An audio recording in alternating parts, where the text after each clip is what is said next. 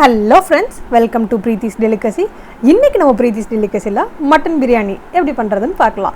பிரியாணி அப்படினாலே ரொம்பவே ஸ்பெஷல். அதுலயும் மட்டன் பிரியாணி அப்படினா எல்லாருக்கும் ரொம்பவே பிடிக்கும். அதுவும் குக்கர்ல ரொம்பவே ஈஸியா ரைஸ் வந்து குழையாம அடிபிடிக்காம எப்படி செய்யறது அப்படிங்கறத பார்க்கலாம். வாங்க. வீடியோக்குள்ள போகிறதுக்கு முன்னாடி நீங்க நம்ம சேனல்ல ஃபர்ஸ்ட் டைம் பார்க்கறீங்கன்னா மறக்காம Subscribe பண்ணிடுங்க. இப்போ நம்ம இந்த பிரியாணி பண்றதுக்கு dry spices எல்லாத்தையும் நம்ம ரெடியா எடுத்து வச்சுக்கலாம். இப்போ ஒரு குக்கர்ல 2 ல இருந்து 3 டேபிள்ஸ்பூன் அளவுக்கு எண்ணெய் சேர்த்துக்கங்க. இது கூடவே 2 டீஸ்பூன் நெய் சேர்த்துக்கங்க. இப்போ இதல நம்ம dry spices எல்லாத்தையும் ஒவ்வொண்ணா சேர்த்துக்கலாம். 3 கிராம்பு, 2 ஏலக்காய், 1 இன்ச் பட்டை, 1 ஜாதி பத்திரி, அதுக்கு அப்புறமா 1 பிரிஞ்சி இலை, அப்புறமா 1/4 டீஸ்பூன் அளவுக்கு சோம்பு சேர்த்து நல்லா வதக்கி விட்டுக்கங்க. இது கூடவே 2 பச்சை மிளகாய் சேர்த்திருக்கேன். நீங்க கொஞ்சம் காரசாரமா சாப்பிடுவீங்க அப்படினா ஒரு 3 பச்சை மிளகாய் கூட சேர்த்துக்கலாம். இப்போ நம்ம இதல பொடிசா கட் பண்ணி வச்சிருக்க வெங்காயத்தை சேர்த்துக்கலாம். நான் இன்னைக்கு வந்து 3 பெரிய வெங்காயத்தை பொடிசா நறுக்கி இப்போ இதுக்குள்ள சேர்த்திருக்கேன். இது கூடவே வெங்காயம் வதங்கிறதுக்காக கொஞ்சமா உப்பு சேர்த்து கொஞ்சம் லைட்டா வதக்கி விட்டுக்கங்க. இந்த மட்டன் பிரியாணி பாத்தீங்கன்னா அம்மாவோட ரொம்பவே ஸ்பெஷலான மட்டன் பிரியாணி. அம்மா தான் உங்களுக்கு வந்து செஞ்சு காமிச்சிட்டு இருக்காங்க. பாருங்க வெங்காயம் நல்லா செவந்து வந்துருச்சு. வெங்காயம் வந்து ரொம்ப பிரவுன் கலர் ஆகணும்ன்ற அவசியம் இல்லை. இந்த அளவுக்கு செவந்து வந்தா போதும். இந்த ஸ்டேஜ்ல நம்ம 1 டீஸ்பூன் அளவுக்கு இஞ்சி பூண்டு விழுது சேர்த்துக்கலாம். சேர்த்துட்டு இஞ்சி பூண்டு விழுதோட பச்சை வாசனை போற வரைக்கும் நல்லா வதக்கி எடுத்துக்கங்க. இப்போ இது கூடவே ஒரு 1/4 கப் அளவுக்கு புதினா சேர்த்துக்கங்க. புதினா லைட்டா கொஞ்சம் வதங்கினதுக்கு அப்புறமா நம்ம வந்து தக்காளி சேர்த்துக்கலாம். இன்னைக்கு நான் வந்து 2 பெரிய சைஸ் தக்காளியை பொடிசா நறுக்கி இப்போ இதுக்குள்ள சேர்த்திருக்கேன். சேர்த்துட்டு ஒரு 2-3 நிமிஷத்துக்கு மீடியம் ஃப்ளேம்ல வச்சு நல்லா வதக்கிக்கங்க.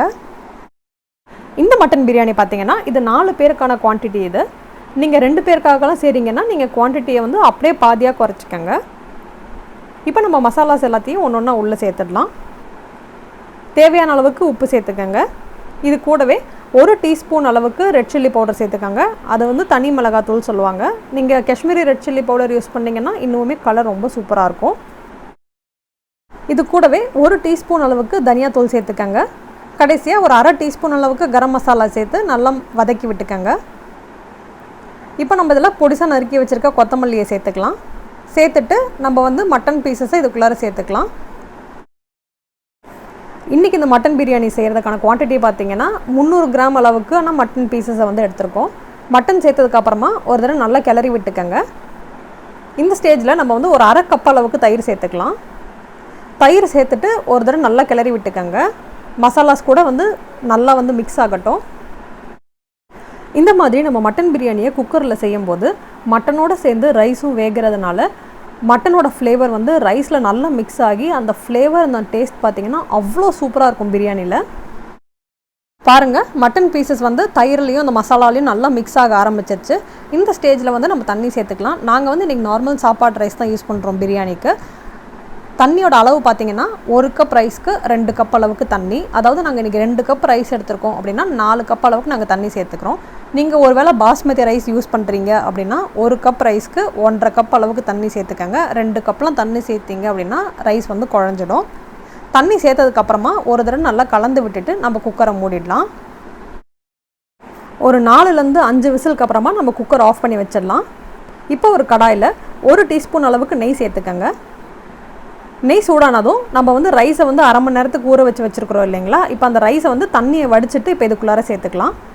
சேர்த்துட்டு நல்லா வந்து ஃப்ரை பண்ணி எடுத்துக்கலாம். இந்த ஸ்டெப் வந்து பிகினர்ஸ்க்கு ரொம்பவே யூஸ்ஃபுல்லாக இருக்கும். இந்த மாதிரி நீங்கள் ரைஸை வந்து நெய்யில் வறுக்கும் போது ரைஸ் வந்து உதிரியாக வரும். உங்களுக்கு வெந்து வரும்போது ப்ளஸ் வந்து உடையாமல் வரும்.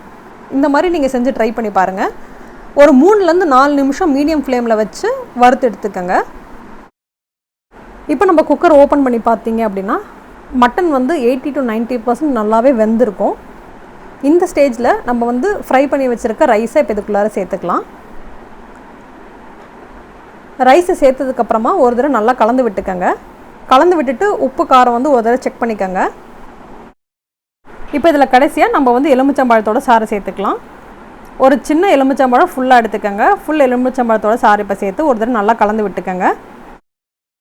இப்போ நம்ம இதில் கடைசியாக ஃப்ரெஷ்ஷாக பறித்த பிரியாணி இலையும் கொஞ்சமாக கொத்தமல்லி தழையும் சேர்த்து ஒரு தடவை நல்லா கலந்து விட்டுக்கலாம். ஒருவேளை உங்ககிட்ட இந்த ஃப்ரெஷ் பிரியாணி இலை இல்லைன்னா ஒன்றும் பிரச்சனை இல்லை. இதுக்கு பதிலாக வெறும் கொத்தமல்லி தழை மட்டும் சேர்த்து ஒரு தடவை நல்லா கலந்து விட்டுக்கோங்க. அடுப்பை வந்து மீடியம் ஃப்ளேமில் வச்சுக்கோங்க. ஏன்னா ஆல்ரெடி நம்ம வந்து மட்டனை வேக வச்சுருக்கோம். 80 to 90% நல்லாவே வெந்திருக்கும். பாருங்கள், மட்டன் வந்து நல்லாவே குக்காக இருக்குது. இப்போ நம்ம வந்து குக்கரை மூடிடலாம். குக்கரை மூடிட்டு ஒரு 3 விசில் விட்டு எடுத்துக்கோங்க போதும். ஏன்னா மட்டன் வந்து நல்லாவே ஆல்ரெடி வெந்திருக்கு. இப்போ நமக்கு ரைஸ் மட்டும் வெந்தால் போதும். பாருங்கள், நம்மளோட மட்டன் பிரியாணி ரொம்பவே சூப்பராக ரெடி ஆகிருச்சு. ரைஸ் வந்து நம்ம ஃப்ரை பண்ணிவிட்டு இந்த மாதிரி ஆட் பண்ணனால இங்கே பாருங்கள் ரைஸ் வந்து உடையவே இல்லை. ரைஸ் வந்து அதே மாதிரி குழையவும் இல்லை. ரொம்ப பர்ஃபெக்டாக வந்திருக்கு. அதே மாதிரி நம்ம குக்கரில் செஞ்சோம், ஆனால் அடி பிடிக்கல, எதுவுமே ஆகலை. இது வந்து பிகினர்ஸ் கூட செய்யலாம். ரொம்பவே பர்ஃபெக்டாக வரும் உங்களுக்கு பிரியாணி. அவ்வளோதாங்க, நம்ம எல்லாருக்குமே ரொம்பவே பிடிச்ச ரொம்பவே ஸ்பெஷலான மட்டன் பிரியாணி ரொம்பவே சூப்பராக பயங்கர டேஸ்டியாக ரெடி ஆகிருச்சு. உங்கள் எல்லாருக்குமே இந்த ரெசிபி ரொம்பவே பிடிச்சிருக்கு நான் நம்புகிறேன். அம்மாவோட ரெசிபியை ட்ரை பண்ணி பார்த்துட்டு எப்படி இருந்துச்சுன்னு மறக்காமல் எனக்கு கமெண்ட் பாக்ஸில் சொல்லுங்கள். தேங்க்யூ ஃபார் வாட்சிங் த வீடியோ. என்னோட ரெசிபிஸ் உங்களுக்கு பிடிச்சிருந்துன்னா மறக்காமல் சப்ஸ்கிரைப் பண்ணிவிடுங்க.